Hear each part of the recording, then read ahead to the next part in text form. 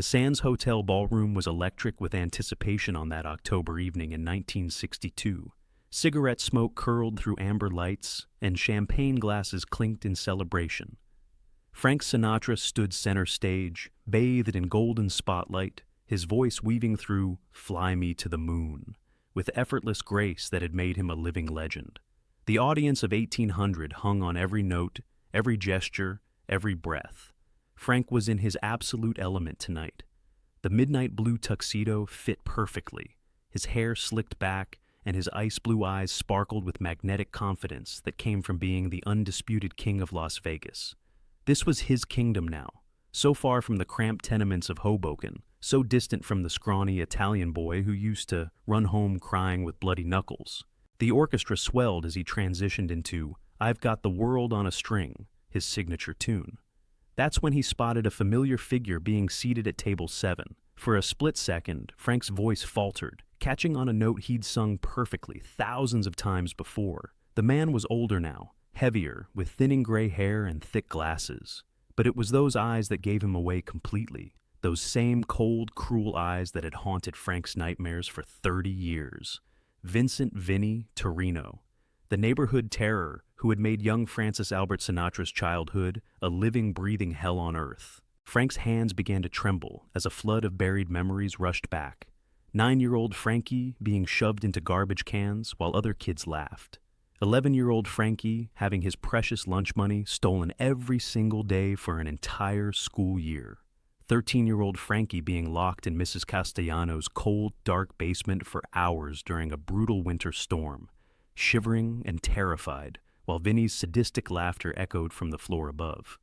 "You're nothing but a mama's boy, Sinatra," Vinny would sneer with genuine malice, his meaty fists always ready to emphasize his point. "You're weak, you're pathetic, and you'll never be nothing but a loser who sings stupid songs." And now, impossibly, here was Vinny Torino sitting in Frank Sinatra's Las Vegas showroom like he owned the damn place.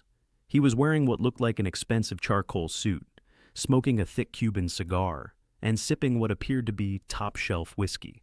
When he caught Frank staring, Vinny raised his glass in a mock toast, that same cruel smile spreading across his weathered features like a scar reopening. The song ended, but Frank stood completely frozen at the microphone, his usual fluid stage presence abandoned. The audience applauded enthusiastically, expecting his customary smooth transition into the next number. That effortless showmanship that had made him famous. Instead, Frank continued staring at table 7, his jaw clenched so tight it looked like it might shatter. "Ladies and gentlemen," Frank's voice came out hoarse and uncertain, nothing like the polished performer they'd paid to see. He cleared his throat loudly, the sound echoing through the suddenly tense ballroom. "I need to take a moment here, if you'll bear with me." The room fell into an uncomfortable silence that seemed to stretch forever.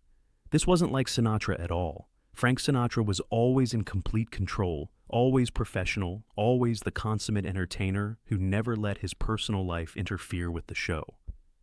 Frank stepped away from the microphone stand and walked slowly to the edge of the stage, his polished leather shoes clicking against the hardwood floor like a countdown timer. His piercing blue eyes never once left Vinny, who was now shifting uncomfortably in his red leather chair, suddenly realizing with growing panic that he'd been recognized after all these years.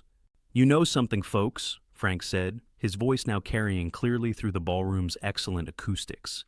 "Sometimes life has a way of bringing you face to face with your past, when you least expect it, when you're least prepared for it."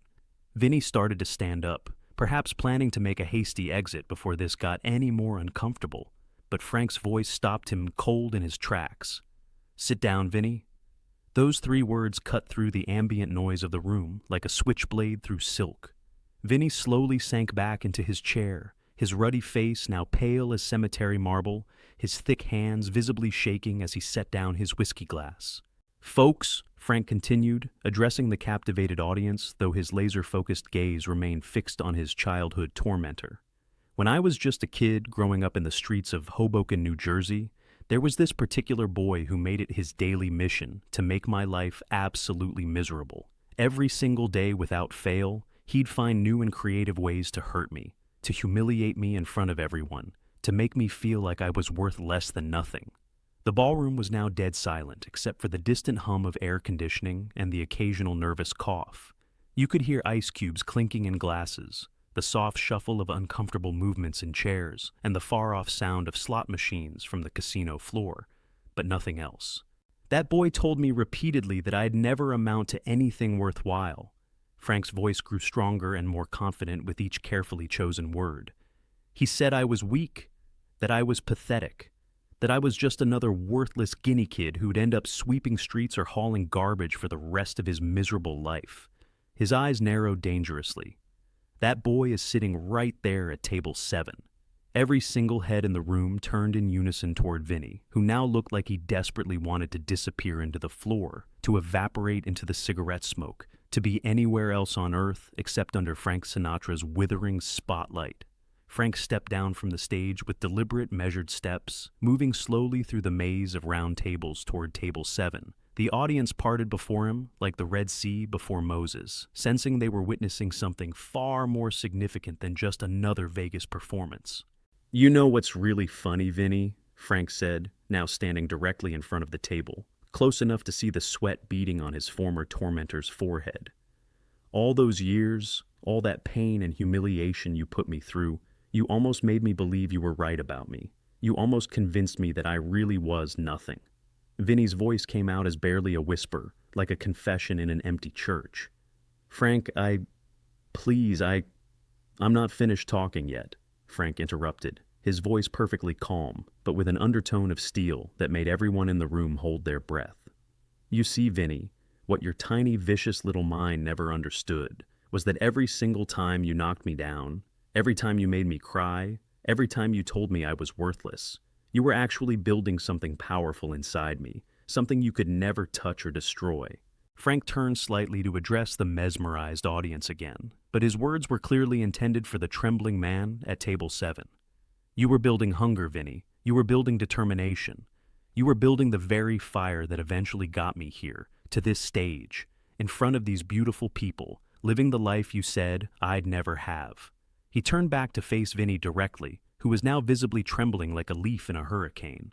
"So, in a strange way, I actually want to thank you, Vincent Torino, because every single time someone in this cruel business told me I couldn't make it, every time some heartless critic tried to tear me down, every time I faced rejection and disappointment, I heard your voice echoing in my head, and I made myself a solemn promise that I would prove you wrong no matter what it cost me." But then something unexpected happened. Frank's voice began to soften, and the burning anger in his eyes seemed to drain away like water from a broken glass, replaced by something that looked almost like genuine pity. "But you know what, Vinny? Looking at you now, sitting there in your expensive suit, trying to hide behind those glasses, I suddenly realized something I never understood as a kid. You weren't really the monster I remembered all these years. You were probably just another scared, confused, hurting little boy. Maybe getting beaten at home. Maybe feeling just as small and worthless as you made me feel." Tears were now streaming down Vinny's weathered cheeks, cutting clean tracks through years of regret and shame. "I forgive you, Vincent," Frank said with quiet dignity that silenced the entire room. "I forgive you completely, because I've finally learned that holding on to all that anger, all that hurt and resentment, it was only poisoning me from the inside. And I've still got too much beautiful music left to sing to let that poison stop me now." Frank extended his hand toward Vinny with genuine compassion. After what felt like an eternity, the older man reached out and took it, sobbing openly like a broken-hearted child. "I'm so sorry, Frank," Vinny whispered through his tears. "God help me, I'm so sorry. I was a monster to you. I was everything you said I was." "No," Frank replied gently, helping the man to his feet. "We were both just kids back then, scared, confused kids who didn't know any better." The entire ballroom erupted in thunderous applause. People were crying, standing, cheering, not just for the unexpected performance they had witnessed, but for the raw, honest humanity that had transformed an evening of entertainment into something approaching the sacred. Frank helped Vinny steady himself and then led him slowly back toward the stage, the crowd parting respectfully before them. "Ladies and gentlemen," Frank announced into the microphone, his arm around his former enemy's shoulders, "I'd like you to meet Vincent Torino, and tonight, if he's willing, he's going to help me sing a very special song." What followed was perhaps the most emotionally charged performance of That's Life ever captured on any stage anywhere in the world. Frank sang the lead with all the passion and pain of his lived experience, while Vinny, his voice shaking but present and trying, provided what harmony he could on the familiar chorus. The song had never carried more meaning than when performed by a superstar, and the man who had once tried to destroy his dreams before they could even begin. When they finished, the standing ovation lasted a full 10 minutes. There wasn't a dry eye in the house. Later, after the crowd had finally dispersed and the last champagne glass had been cleared away, Frank found Vinny waiting alone by the stage door, looking lost and small despite his expensive clothing. "Frank," Vinny said, his voice thick with emotion, "I need you to know something important. I followed your career over all these years, every album, every movie, every television appearance. I was proud of what you became, even though I knew I had no right to feel that way after what I did to you when we were kids." Frank studied the older man's face in the dim backstage lighting. "It's over now, Vinny. We're completely different men than we were back then. What I did to you," Vinny continued, "the way I treated you, it's haunted me every single day for 30 years. I became a teacher, you know. I spent my whole career trying to protect kids like you from kids like I was." They shook hands one final time under the Nevada stars, and then Vinny walked away into the neon-bright Las Vegas night, disappearing forever into the crowd of dreamers and gamblers. Frank never saw Vincent Torino again, but years later, he heard through mutual friends that Vinny had started volunteering at a boys' home back in New Jersey, working tirelessly with troubled children, trying to break the cycle of hurt that had defined his own young life. Sometimes the sweetest revenge is simply becoming the person your enemies never believed you could be. That October night in 1962, Frank Sinatra didn't just perform for his audience. He performed an act of forgiveness that transformed two grown men and reminded everyone present that sometimes, just sometimes, facing your worst nightmare head-on is exactly what you need to finally completely set yourself free.